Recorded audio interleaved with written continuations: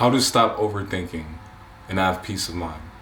In this video, we're going to talk about 5 key components that if you get in order and control of, it's going to help you to get in control of your overall emotional well-being and state of mind.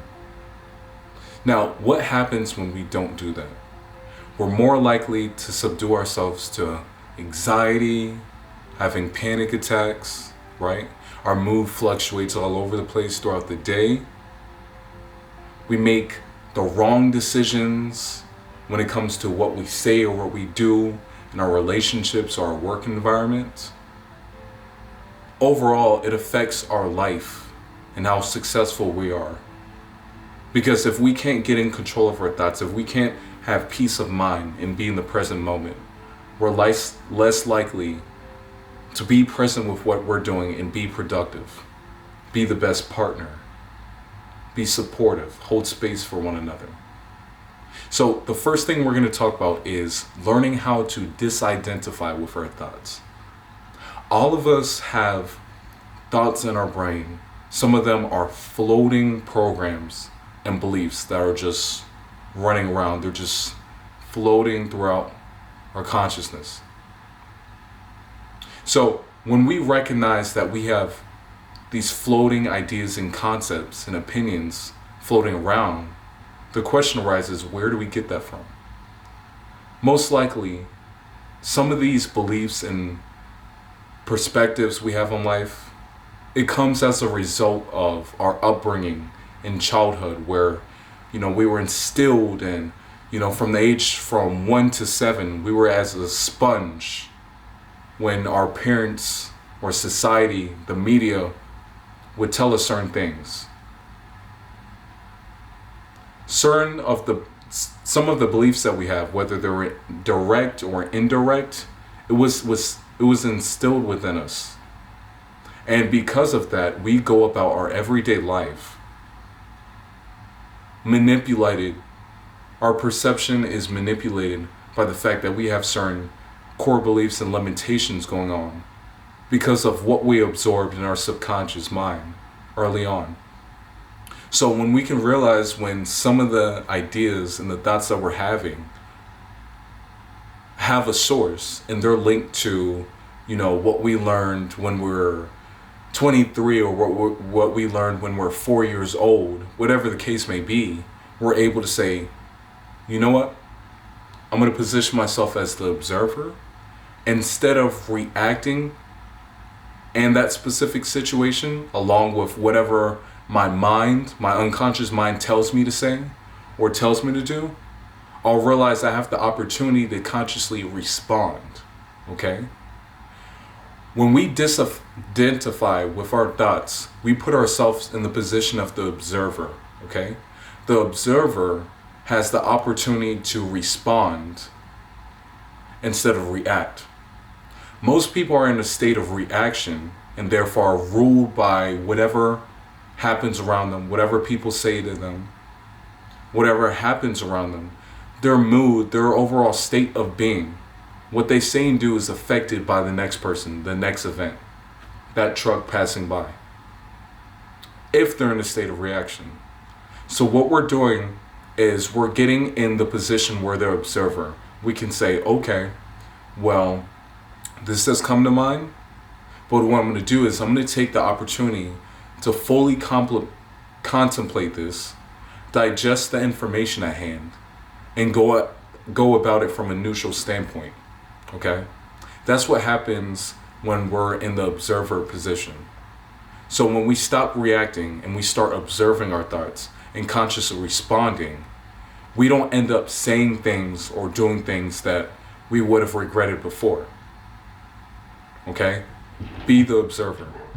Now, the second component to this is recognizing that we all have an inner map. Our inner map is, in my opinion, in my head, is basically our control board. Our control board that says, based off the information, the data we see at hand,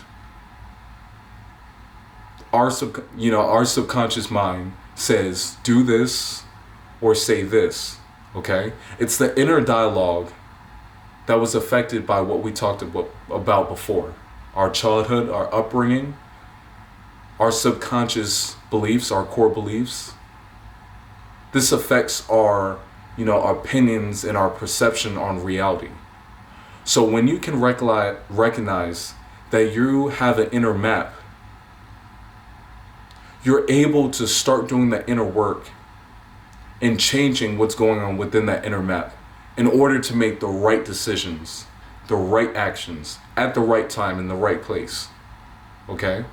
Now, it's important to realize your inner map can also be affected. It can also change and develop along the way. One of the things that affects our inner map is trauma, right? A certain event, a certain traumatic event that happened when you were 6 years old can affect the way you perceive things. It can affect the way you perceive certain groups of people, certain events, certain situations, right?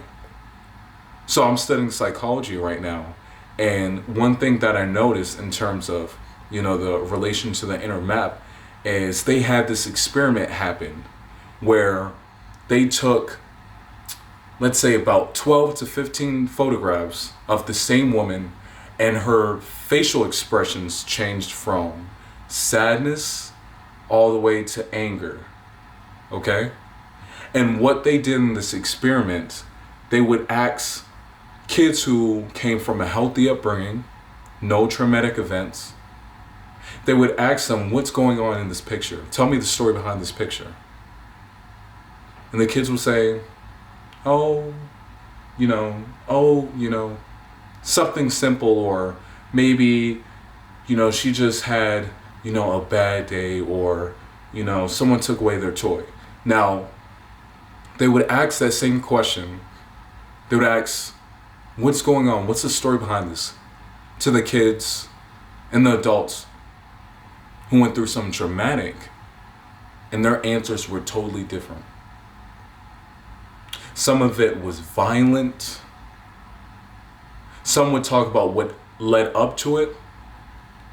Some would talk about, all the nasty things, the horrible things that happened after. Okay? Perception. This is what I mean. Our inner map. The way we interpret someone's facial expressions, their body language, the way we act in our everyday social engagements in public. It's affected and in direct correlation with our inner map, our guidance system. Our guidance system, our inner map, it's supposed to help us. But if you're not aware of the way it works and how it has changed over time, instead of it being in service to you, it's going to be in opposition to you, which is going to be costly for you. It's going to be costly because you won't make the right decisions when you need to be, okay? It's going to be costly because the perception you now have, because of your inner map, you're now having certain thoughts about this scenario that just happened at work. What someone said at work to you, 3 or 4 days ago. Now it's affecting you. You keep replaying in your head, why did this person... And you're feeling all these emotions bring up, okay? And now you're replaying this scenario, trying to figure out why, because you don't recognize what's going on with your inner map. So that's important to recognize and, start to question how you interpret certain situations or events. Another thing is your pyramid of thought. Our pyramid of thought kind of goes hand in hand in relation to our inner map. So our pyramid of thought is the dominant thoughts we have at a base level, and the rest of the thoughts we have mid-range level, things we think about every once in a while. At the top would be things we usually think about only when we're in the present or when someone brings it up. Why is this important? When you recognize your pyramid of thoughts, when you recognize the dominant thoughts you're having on a consistent basis, right? Let's say it's about certain family members, certain people at work, certain events, situations, experiences, traumatic experiences, negative or positive. When you get a hold of this, some of the overriding thoughts that you're having consistently that's caused you to have a lack of inner peace, you bring it to light. With the pyramid of thought, you bring it to light. When you bring it to light, you can then ask your own mind, what's the story I'm telling myself behind it? And you can identify and realize what are the emotions I'm feeling when this happens, or when I'm around this person, or when I'm in this space, okay? You can identify your triggers. What triggers you? Those answers are going to be in your pyramid of thoughts. And when you can identify these thoughts that are triggering you, you can work with them. You can then flip the script so that it serves you and it doesn't work in opposition against you, like with the inner map. Okay? The magic of finding your own triggers, the magic of that is you can then say, you know what? I'm going to set these boundaries around these people, because when I'm around this person, I feel like this way. And because of that, I then go home and I'm having these thoughts, that make me feel like, ugh. Like I wish they would have said that, or I should have said this, or they shouldn't have done that. You then can be more aware in your everyday life, and it's going to be a benefit to you when you know the thoughts that's playing in your mind, the scenarios that are playing in your mind, and you know the way that it makes you feel, and you know your triggers. This happens when you're aware of your pyramid of thoughts. Now, another thing to realize is that the magic in all of this, when it comes to being able to disidentify with your thoughts, is also the present moment. The present moment is key, okay? What is the present moment? The present moment, in my opinion, is the absence of the narratives, the stories, the ideas, the concepts, the entities of the past, and it's the absence of the possibilities, the expectations, the questions of the future. If you can get a hold of your attention and let go and let free of whatever happened back there in the past and the possibilities of, or what's going to happen in the future, you're going to be fully absorbed and engaged in the present. What does that mean? You can fully enjoy what's going on in the present moment. You'll be fully alive. Okay, think about it, because if you're trying to figure out, how do I stop these thoughts? How do I let go of it? Think of your attention as your arms. If you're thinking about what just happened at the club last night, or at school yesterday, or what your parents said, this morning when you're waking up and you're at school right now, but you're still playing this even though you're taking a test right now and it's affecting you.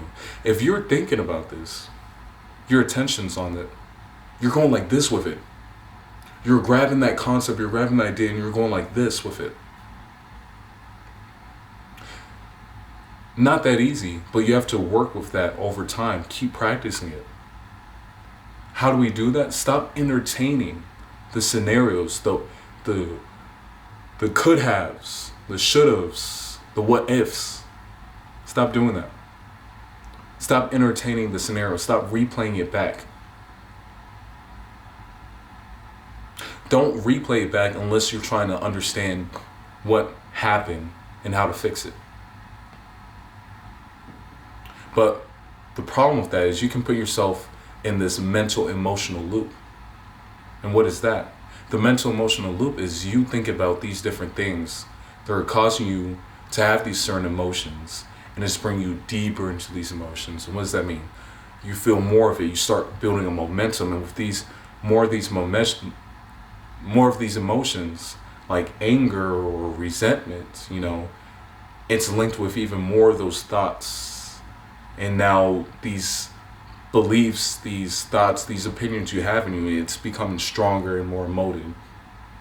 And then you get to a point where that becomes your overall state of being for the rest of the day, for the next couple weeks, maybe even for the rest of your life, if you don't start doing the work early on. Okay?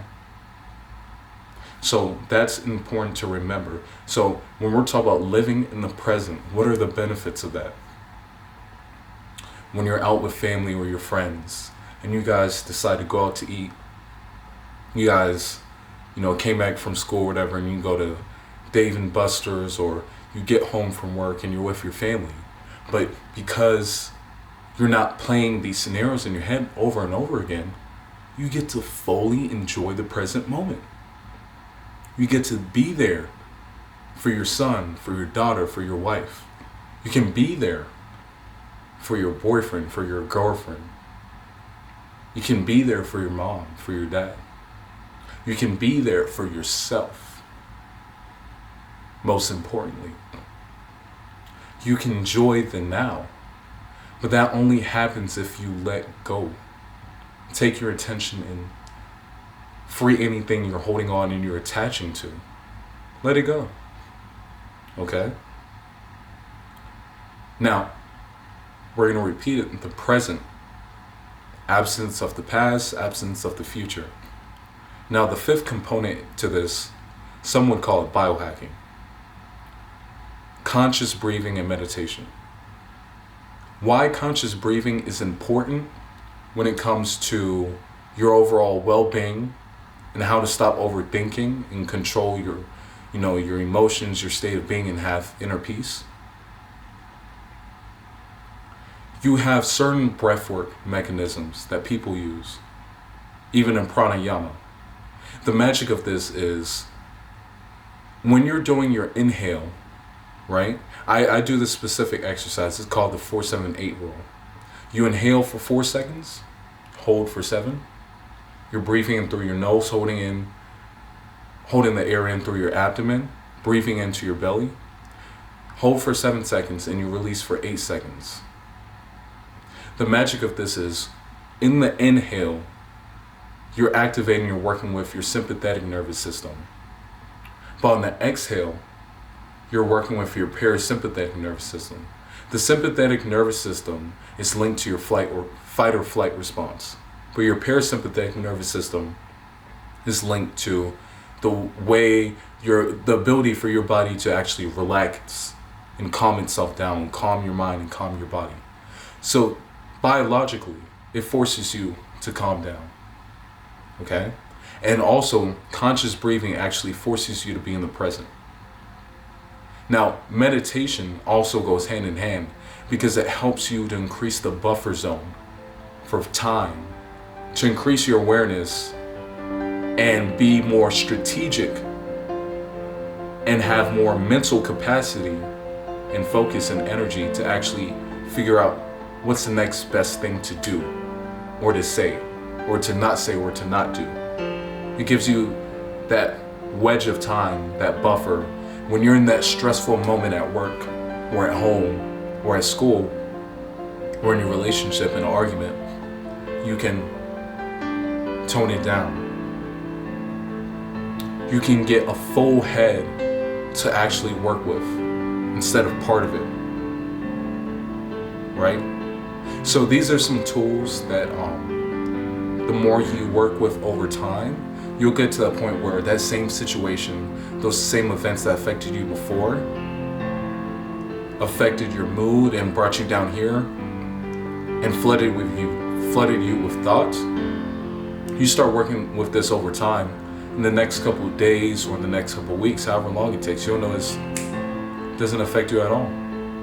Those people, those situations doesn't affect you. So work with this over time and let me know how this thinks.